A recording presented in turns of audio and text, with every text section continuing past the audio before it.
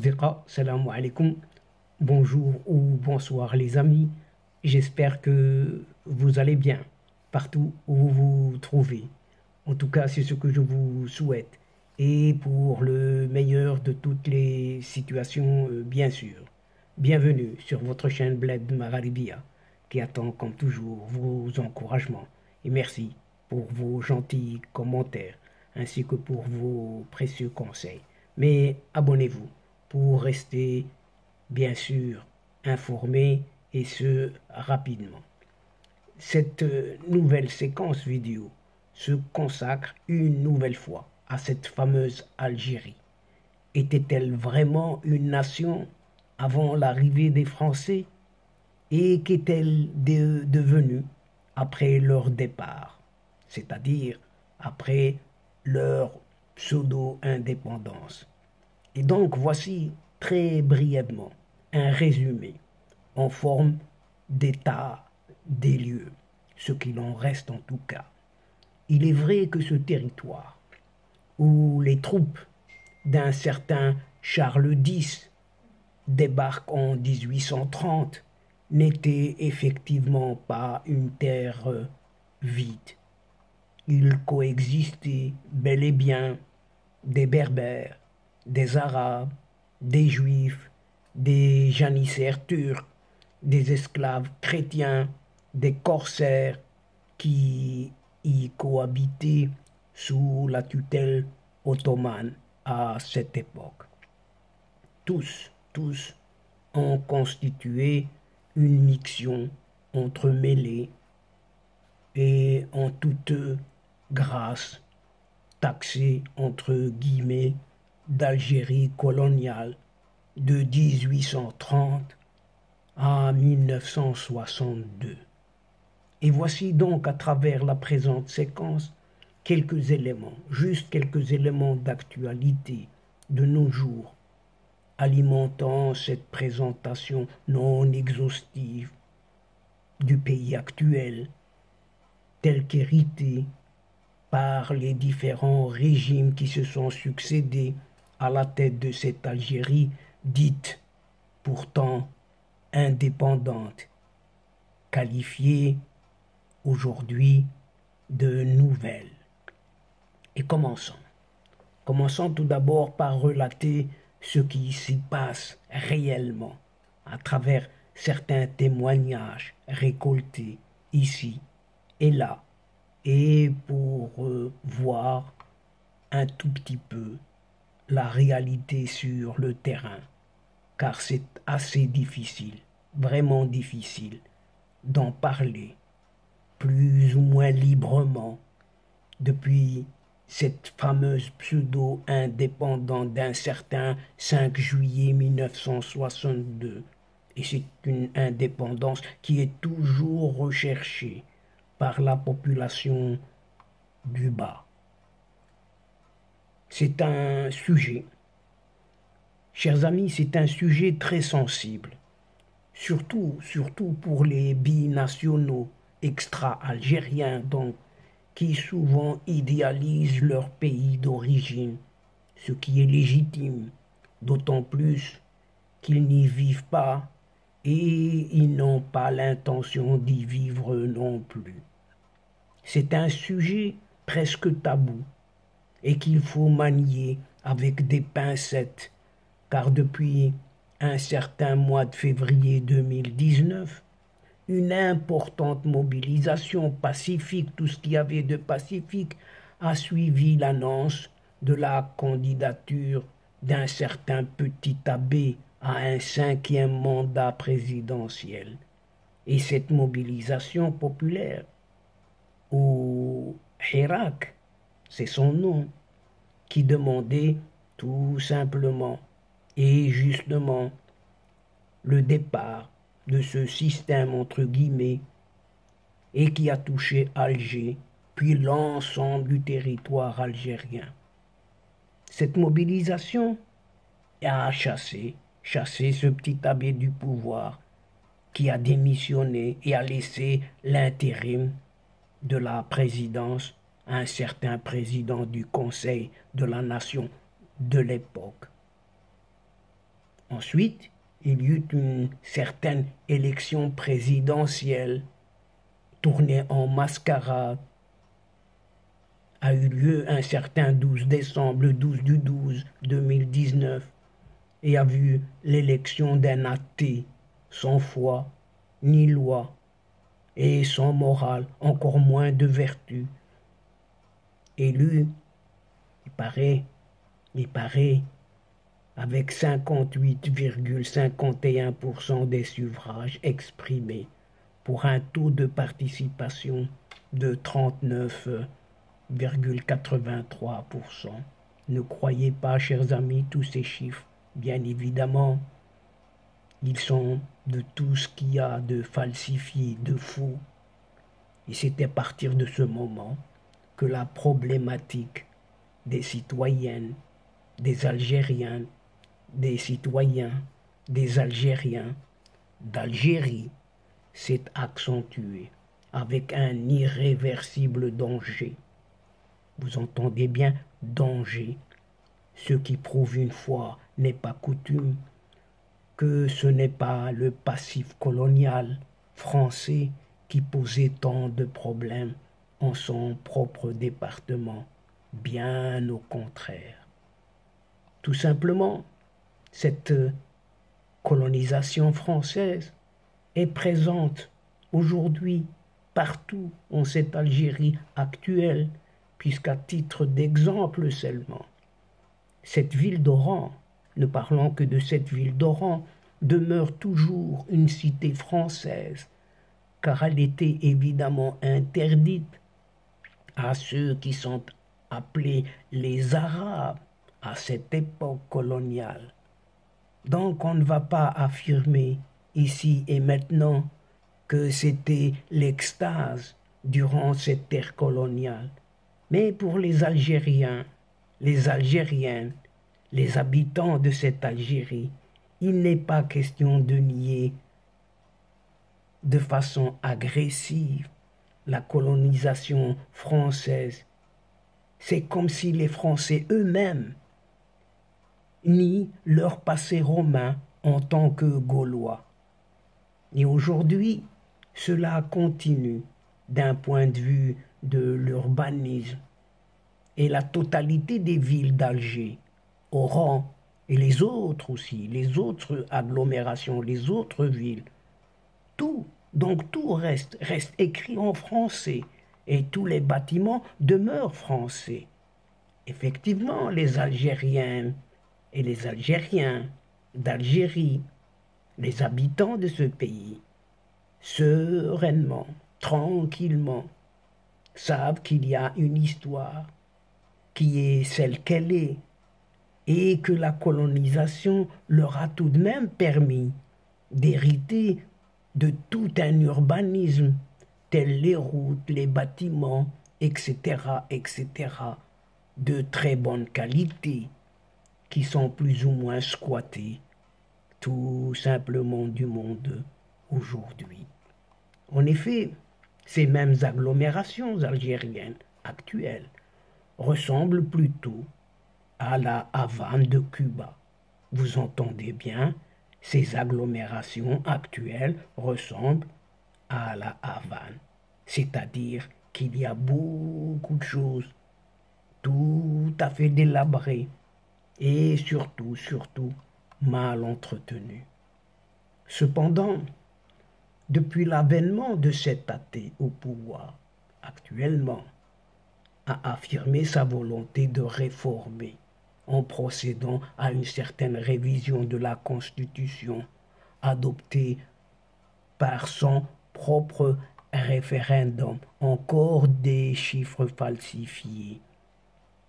Et il a dissous l'Assemblée populaire nationale, autrement dit le Parlement, et à la suite des élections législatives, il a nommé son propre mouton de Premier ministre et les autres brebis galeuses en tant que membres d'un pseudo-nouveau gouvernement à sa botte et à la botte du régime militaire. Et en ce qui concerne la politique étrangère, c'est pas mieux. L'Algérie est un acteur régional qui est loin de s'affirmer comme un pôle de stabilité dans le monde arabe et africain. Tout le monde s'en méfie. Le domaine militaire constitue le volet principal de ses relations avec la Russie surtout, partenaire depuis l'ère soviétique dont elle est restée imprégnée jusqu'à nos jours. Concernant la diplomatie algérienne au Maghreb cette fois-ci, l'Algérie entretient des relations tout à fait inégales, surtout avec ses voisins.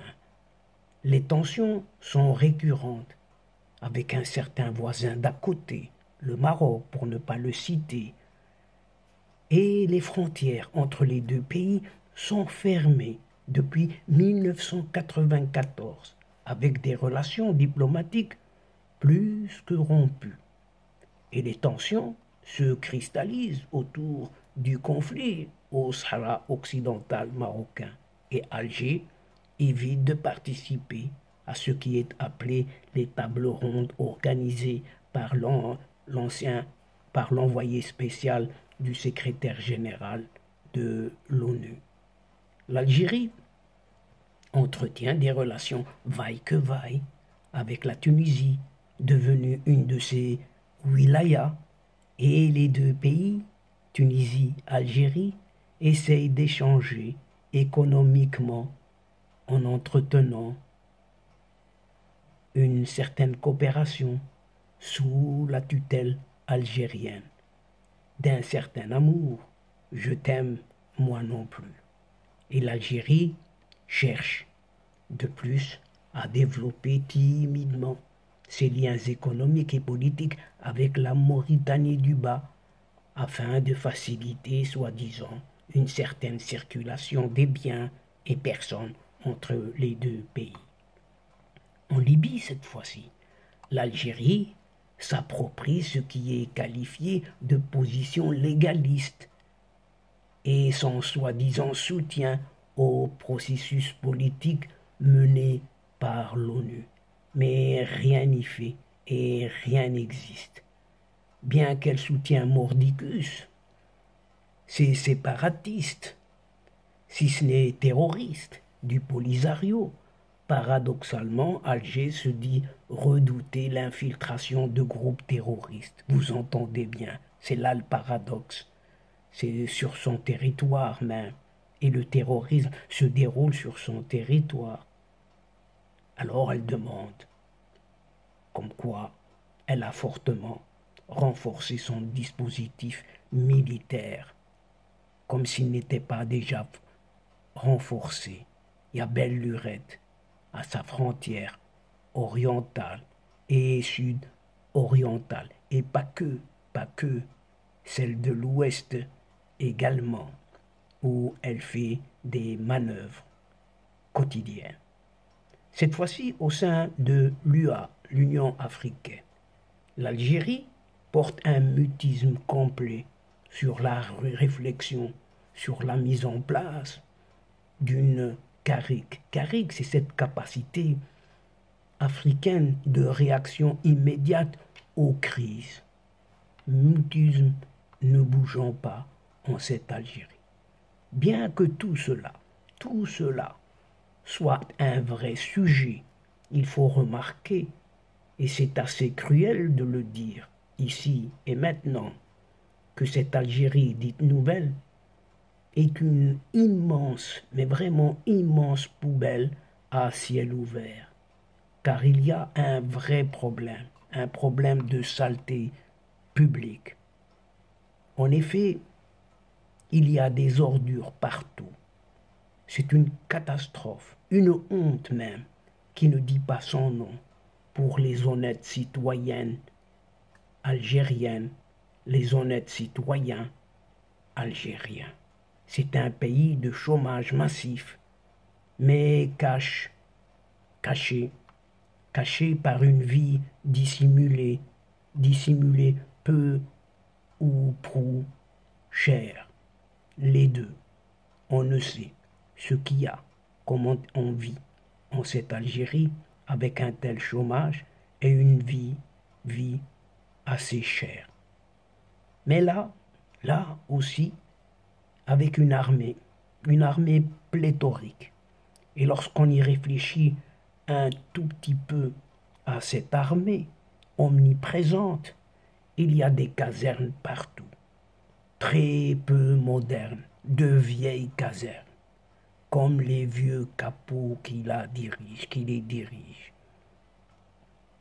Au fait, cette armée algérienne ne fait la guerre à personne d'autre, puisqu'elle a pour principale fonction de faire la police.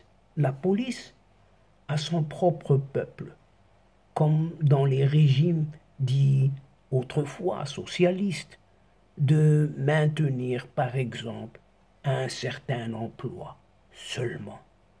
C'est-à-dire que les débouchés en cette Algérie dite nouvelle, entre guillemets, pour un jeune, c'est souvent la fonction publique quand c'est possible, et notamment cette sacro-sainte chère armée, la muette, la grande muette. En réalité, c'est une armée de fantassins, peu armée par ailleurs. Mais par contre, il y a des casernes militaires quasi à chaque coin de rue, au propre comme au figuré. Et tout ce qui est propre, ce ne sont justement que ces casernes. Et tout le reste est sale, dégueulasse. Il faut le dire honnêtement, avec sincérité. C'est-à-dire qu'il y a des ordures partout, quitte à le répéter autant de fois que possible. C'est là qu'il faut se poser la question, sans nullement plaisanter.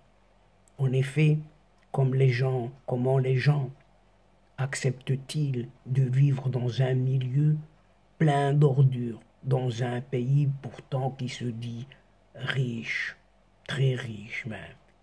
Il y a des sacs poubelles partout.